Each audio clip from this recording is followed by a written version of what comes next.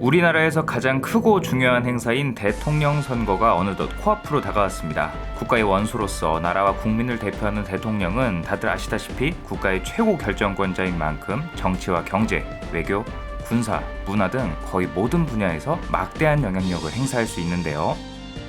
대단한 직업이지만 동시에 그 중요성으로 인해 각종 사고와 테러의 표적이 되기도 하기 때문에 항상 최고 수준의 경호 서비스를 받고 있습니다.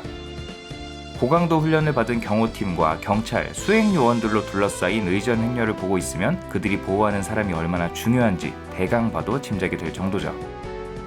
특히 상시 바쁜 일정을 소화해야 하고 잦은 이동이 수반되는 만큼 대통령의 이동수단, 그 중에서도 가장 자주 이용하는 대통령 의전 차량은 경호에 있어서 가장 특별할 수밖에 없는데요. 이번 시간에는 역대 대한민국 대통령들의 발휘되어 주었던 청와대 공식 의전 차량들에 대해 알아보겠습니다.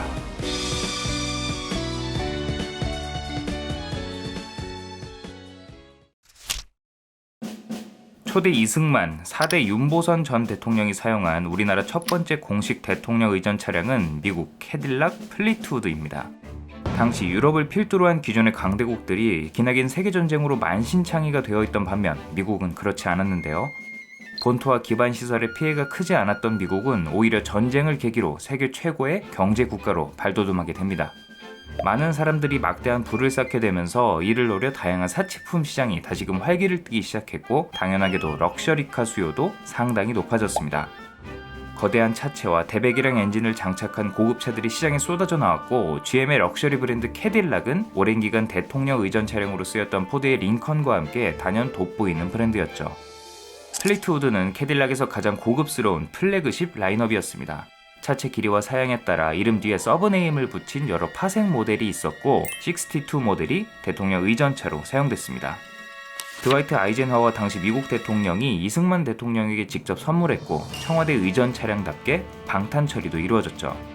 5.5m에 달하는 거대한 전장과 2m가 넘는 전폭, 번쩍이는 크롬 장식으로 남다른 존재감을 뽐내는 외관은 수레와 달구지가 더 흔했던 서울 거리에서 단연 돋보였겠죠. V8 6.0L 엔진에 3단 자동 변속기를 맞물렸고 최고 속도는 시속 180km에 달했습니다. 당시 우리나라 도로 위에서는 가장 빠른 차라고 봐도 무방했죠. 한동안 방치되어 있던 이 차량은 현재 국가등록문화재 396호로 지정됐고 과거의 빛나던 모습을 되찾아 서울 용산전쟁기념관에서 관람객들을 맞이하고 있습니다. 가장 오랜 재임 기간을 지낸 박정희 전 대통령은 취임 초기 GM 산하 쉐보레의 1960년식 비스케인 세단을 업무용으로 이용했습니다. 당시 쉐보레 역시 캐딜락과 비교하면 럭셔리 차량은 아니었지만 차라는 물건 자체가 귀했던 당시 우리나라 사정을 떠올리면 웬만한 고급 세단 부럽지 않은 차였죠. 직렬 6기통 3.9L 엔진이 탑재되어 최고 출력 135마력의 넉넉한 힘을 제공했고 보편적인 미국 세단 중 하나였지만 당시 트렌드를 충실히 따라 넓고 긴 차체가 돋보였습니다. 또 유려하게 떨어지는 C필러, 비행기의 꼬리날개, 테일핀을 연상시키는 후면부는 자동차 디자인계의 전설로 평가받는 인물 할리 얼이 활약했던 당시 GM 계열 세단들의 디자인 특징을 그대로 따른 모습이었죠. 이 차량 역시 국가 재건운동을 상징하는 물건으로 평가받아 국가등록문화재 397호로 등록되어 있습니다. 재임 기간이 긴 만큼 다양한 의전 차량을 도입했는데요. 박정희 전 대통령 역시 캐딜락 플리트우드의 신형 모델인 75를 의전 차량으로 사용했습니다. 연임 이후 사용한 68년식 플리트우드 75 리무진 모델은 캐딜락 특유의 각을 세운 디자인, 5.8m에 달하는 넓고 쭉 뻗은 검은 차체로 플래그십다운 풍채를 자랑했고 세로로 배치된 헤드램프가 범상치 않은 인상을 풍기는 모델이었습니다. 성인이 세로로 누울 수 있을 만큼 널따란 보니 속에 무려 7.7L의 어마어마한 V8 엔진을 품었고 4단 자동 변속기를 갖췄습니다. 또 380마력이라는 지금 기준으로도 상당한 출력을 제공했어요. 경부고속도로 개통 당시 시범 운행을 했던 차량도 바로 이 차량이었습니다. 육군본부에서 관리되던 이 차량은 국가등록문화재 제398호로 지정되어 지금은 육군박물관에 전시되어 있습니다. 이 밖에도 재임 기간 동안 의전 차량이 여러 번 교체됐는데요. 플리트우드 75 브로엄과 세단 드빌 등 마찬가지로 당대 캐딜락 최고급 세단의 신형 모델을 번갈아 이용했습니다. 한편 1973년 시작된 1차 오일 쇼크를 계기로 기름을 들이마시던 기존의 대배기량 세단들이 서서히 주춤해지기 시작하면서 본격적인 럭셔리카의 다운사이징이 시작된 시기와 맞물렸기 때문에 무식하게 크기만 했던 캐딜락의 세단들도 서서히 엔진과 차체 크기를 줄이기 시작했죠. 다만 특유의 각진 디자인에서 오는 권위적인 느낌과 위압감이 동시에 느껴지는 분위기는 여전했습니다. 가장 짧은 임기를 끝낸 10대 최규하 전 대통령은 앞서 박정희 대통령이 사용하던 캐딜락 플리트우드 75와 더불어 프랑스 푸조의 플래그십 세단 604를 주로 사용했습니다. 국무총리 당시 쓰던 관용차를 그대로 이용했죠. 언뜻 봐도 당시 유럽 세단의 디자인이 미국 세단의 디자인과 너무나도 달랐다는 게 느껴지시죠? 이 차는 럭셔리카 시장에서 독일 차와 경쟁하기 위해 만들어졌습니다. 디자인도 페라리로 유명해진 이탈리아 대표 카로체리아 피닌파리나의 손을 거쳤고 화려한 기교는 없지만 군살없는 매끈한 보디에 직선이 돋보이는 단정한 디자인이었습니다. 전장은 4720mm, 폭은 1770mm로 앞서 소개된 캐딜락 리무진에 비해 상대적으로 작지만 당시 보편적인 차량들의 크기를 감안하면 대형 세단에 걸맞는 크기였습니다. 뒷좌석 편의성과 승차감 역시 부족함 없었기 때문에 고향인 프랑스에서도 대통령 의전차로 이 604가 활약했죠. 파워트레인은 푸조와 르노, 볼보 3개 회사가 합작해 만든 V6 2.7L 가솔린 엔진이 탑재됐고 134마력의 최고 출력을 발휘했죠. 특히 이 차는 1979년 기아차가 빈약한 고급 세단 라인업을 보완하기 위해 부품을 들여와 조립 생산한 모델로 기아차의 판매망을 통해 일반인에게도 판매가 이루어졌던 모델입니다. 출시 당시 대당 2,300만원으로 강남 아파트 한 채와 맞먹는 가격이었으니 지금으로 치면 그 가치가 대략 짐작이 되시죠? 푸조 604 역시 당시 현대 포드 그라나다, 대우 로얄 살론과 경쟁하던 당시로서는 만만치 않게 고급 차량이었지만 마치 항공모함처럼 거대한 캐딜락 리무진과 대비되는 모습이 조금은 검소해 보이기도 하네요. 실제로 최규하 대통령은 평소 근검 절약이 몸에 배어있던 인물로 익히 알려져 있죠. 이 차량은 현재 최규하 전 대통령의 고향인 강원도 원주시에 기증되어 원주시 역사박물관에 전시되어 있습니다. 11대 전두환, 13대 노태우, 14대 김영삼 전 대통령도 캐딜락 플리트우드를 연이어 사용했습니다. 이로써 플리트우드는 가장 오랫동안 청와대 공식 의전 차량으로 활약한 모델이 됐죠. 새로 도입된 캐딜락 플리트우드 브로움은 84년식으로 처음으로 기본 세단에서 길이를 늘린 스트레치드 리무진 모델이 사용됐습니다. 이전에 화려한 장식이 돋보였던 디자인을 다리미로 쭉 편 듯 반듯한 면과 선이 돋보이는 외관은 확실히 시대가 달라졌음을 느끼게 해줬죠. 유리와 차체를 보강해 방탄 능력을 갖췄고 뒷좌석에는 개방형 썬루프를 마련해 퍼레이드 시 VIP가 몸을 내밀 수 있도록 했습니다. 파워트레인은 여전히 8기통을 유지했지만 앞서 거쳐간 오일 쇼크의 영향으로 배기량이 4.1L로 대폭 줄고 그에 맞춰 출력도 줄었지만 연료 효율은 오히려 좋아졌습니다. 이후 13대 노태우 전 대통령까지 이 차량이 연달아 쓰이다가 임기 말인 92년 캐딜락 플리트우드 브로움 리무진을 새롭게 구입했고 이 차량은 이후 취임한 14대 김영삼 전 대통령의 의전 차량으로 이용되었습니다. 여전히 각을 세워 특유의 클래식한 분위기와 권위적인 디자인을 내세웠지만 헤드램프를 일체형으로 다듬어 세련미를 더했고 소총탄은 물론 소형 폭발물 정도는 거뜬히 견뎌낼 만큼 방호 성능을 보강한 것이 특징이었습니다. 엔진 역시 배기량을 4.9L로 키워 더 넉넉한 힘을 제공했죠. 이후 김대중, 노무현, 이명박 전 대통령이 취임식 행사에 참여해 후임 대통령들의 앞날을 응원했고 현재는 세종시에 있는 대통령 기록 전시관 로비에서 관람객들을 맞이하고 있습니다. 여담으로 경쟁 모델이었던 링컨 컨티넨탈 리무진을 함께 이용했다는 이야기가 있는데 명확한 사진 자료가 남아있지 않은 것으로 보아 당시 미국 교통법에 의해 규격화된 헤드램프를 사용해야 해서 지나치게 닮은 꼴이었던 두 모델을 헷갈렸던 것으로 추측이 되네요. 럭셔리카의 대명사 벤츠 S클래스는 14대 김영삼 전 대통령이 처음 이용했습니다. 캐딜락을 줄곧 쏘았던 건 우리나라 최고 우방국의 물건을 사용하는 것이 분위기상 좋기 때문이라는 이유가 컸지만 동시에 방탄 기술이 가장 뛰어나기도 해서였는데요. 그 사이 유럽차의 방탄 기술 역시 눈에 띄게 발전했고 청와대에서는 메르세데스 벤츠의 S600 카드를 시범삼아 도입했습니다. 최고 출력 400마력의 12기통 6.0L 엔진과 4단 자동 변속기가 탑재된 S600 방탄 사양으로 오랜 역사와 더불어 당시 전세계 정상들의 의전 차량으로 폭넓게 사용된 모델이었죠. 여기서 특히 좋아하죠. 허리를 길게 늘린 스트레치드 모델이 아닌 일반형 모델을 베이스로 만들어져 외형은 일반 S클래스와 큰 차이가 없었기 때문에 공식적인 큰 행사 외에는 기동성이 좋은 이 S600 가드를 주로 이용했던 것으로 알려졌습니다. 성능에 만족한 청와대는 이후 신형 W220 S600 가드를 추가로 도입해 15대 김대중 전 대통령과 16대 노무현 전 대통령의 의전 차량으로 이용했습니다. 모두 S600 사양에 신형으로 거듭난 만큼 517마력의 12기통 트윈 터보 엔진이 장착됐고 AK 소총과 폭발물로부터 탑승객을 보호하고 타이어가 파손돼도 시속 80km로 주행이 가능한 것이 특징이었죠. 노무현 전 대통령이 2007년 남북 정상회담을 위해 육로를 이용할 때도 이 모델이 함께했습니다. 의전 차량이 다양해지는 와중에도 캐딜락에 대한 청와대의 애정은 식지 않았습니다. 15대 김대중 전 대통령은 벤츠 S600 가드와 함께 캐딜락의 신형 드빌 리무진도 의전 차량으로 이용했어요. 드빌은 플리트우드가 단종되면서 캐딜락의 플래그십 세단 포지션을 넘겨받은 모델이었습니다.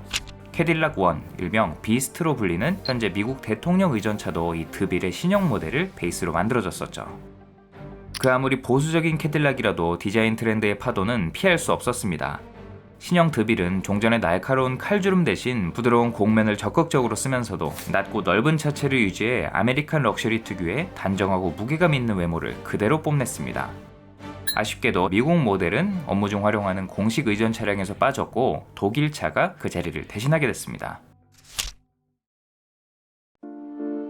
16대 노무현 전 대통령과 17대 이명박 전 대통령은 BMW의 플래그십 세단 7시리즈 방탄 모델을 이용했습니다. 파격적인 디자인으로 럭셔리카 시장에서 엄청난 호불호와 함께 센세이션을 일으킨 크리스 뱅글의 4세대 7 시리즈는 이후 아드리안 반 호이동크의 손을 거쳐 전보다는 훨씬 보편적인 디자인으로 거듭났습니다. 지금 봐도 디자인이 상당하죠.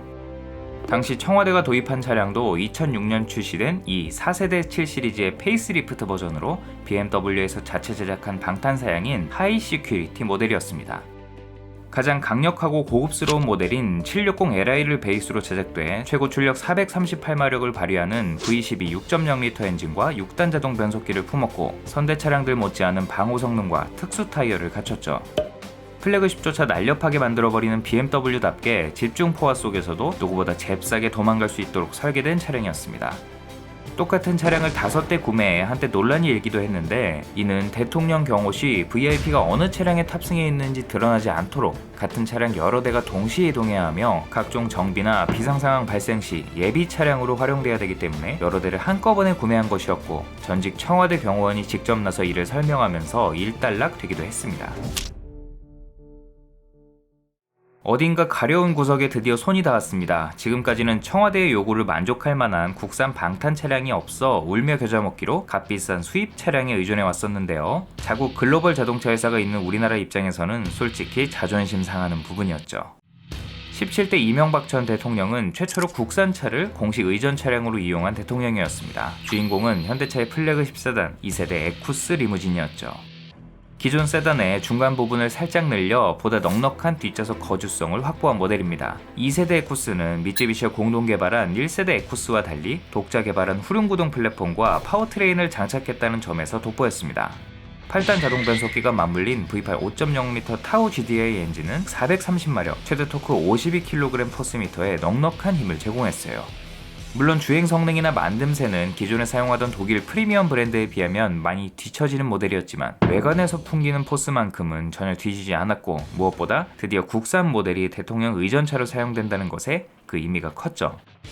다만 현대차가 자체적으로 방탄차를 제조할 수 있는 능력은 없었기 때문에 해외 방탄차 전문 업체에 개조를 맡기는 형태로 제작해 청와대에 제공했습니다. 이후 국내 공식 행사 곳곳의 모습을 드러내며 존재감을 뽐냈죠. 18대 박근혜 전 대통령과 현 19대 문재인 대통령에서는 아예 한술 더 떠 청와대 전용 스트레치드 리무진을 새롭게 만들어 제공했습니다. 이명박 대통령 당시 사용된 일반 리무진 모델에 비해 길이를 1m 가까이 더 늘려 S클래스 풀만에 밀리지 않는 범상치 않은 외관을 자랑했고 실내 거주성을 크게 높인 것이 특징입니다. 한눈에 봐도 뭔가 어마어마하죠? 전장은 6.7m, 최대 6명까지 탑승할 수 있고 총 중량은 약 5톤에 육박하는 것으로 알려져 있습니다. 그 밖에 상세한 재원은 보안상 공개되지 않았지만 높은 수준의 방탄 성능은 물론 폭발물, 화생방 공격으로부터 탑승객을 보호하고 어떠한 경우에도 외부와 소통이 가능한 첨단 통신 장비를 탑재한 것으로 알려져 있습니다. 또 이러한 장비들은 지속적으로 업데이트가 이루어진다고 하네요. 다만 엄청난 무게로 인해 타이어 교체 주기가 상당히 빠르다고 하며 서스펜션 관련 부품 역시 주기적으로 교체를 해줘야 하는 등 유지 관리 비용이 만만치 않다고 합니다. 든든한 국산 의전 차량이 생기긴 했지만 그렇다고 벤츠를 놓을 순 없었습니다. 청와대는 세대 교체를 거듭하면서 주행 성능과 디자인, 방탄 성능까지 모두 업그레이드한 S600 카드를 연이어 도입했습니다. 8세대 S클래스는 전작의 부드러운 인상을 벗어던지고 날렵하고 강인해 보이는 디자인과 볼륨감 있는 차체 디자인으로 출시와 함께 엄청난 인기를 끈 모델이었습니다. 물론 S클래스답게 넘칠 듯한 편의 사양과 당대 장착할 수 있는 모든 첨단 안전 사양도 전부 장착한 모델이었죠. 이번에도 벤츠는 전세계 VIP들을 대상으로 방탄 모델을 따로 내놨고 노말 세단 버전은 물론 스트레치드 리무진 버전인 S600 풀만 가드까지 정식으로 출시했습니다. 청와대도 이 두 모델을 모두 구입해 17대 이명박, 18대 박근혜 전 대통령의 공식 의전 차량으로 이용했죠. 최고급 사양인 S600을 베이스로 하는 만큼 엔진은 V12 5.5L 트윈 터보 사양이며 최고 출력 517마력, 최대 토크 84.6kg 포스미터에 어마무시한 힘을 제공합니다. 차체를 보강하느라 무거워진 중량과 리무진 모델의 육중한 차체도 무리 없이 움직일 수 있는 성능이었죠. 문재인 대통령 취임 이후 현재는 9세대 W222 모델까지 도입해 운용하고 있습니다.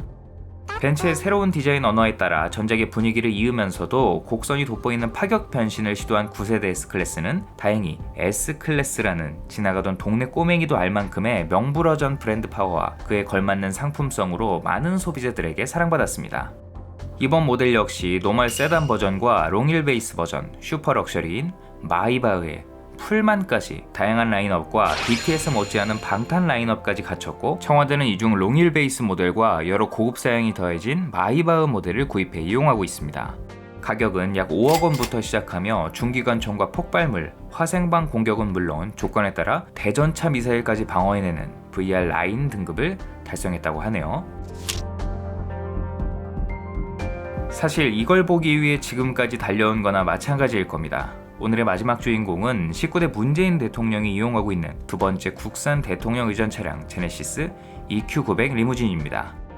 에쿠스의 후속격인 EQ900은 국산 최초의 프리미엄 브랜드 제네시스의 플래그십 세단으로 출시됐죠. 이후 G90이라는 이름으로 개명했고 얼마 전 2세대 모델이 투입되어 정식으로 판매되고 있습니다.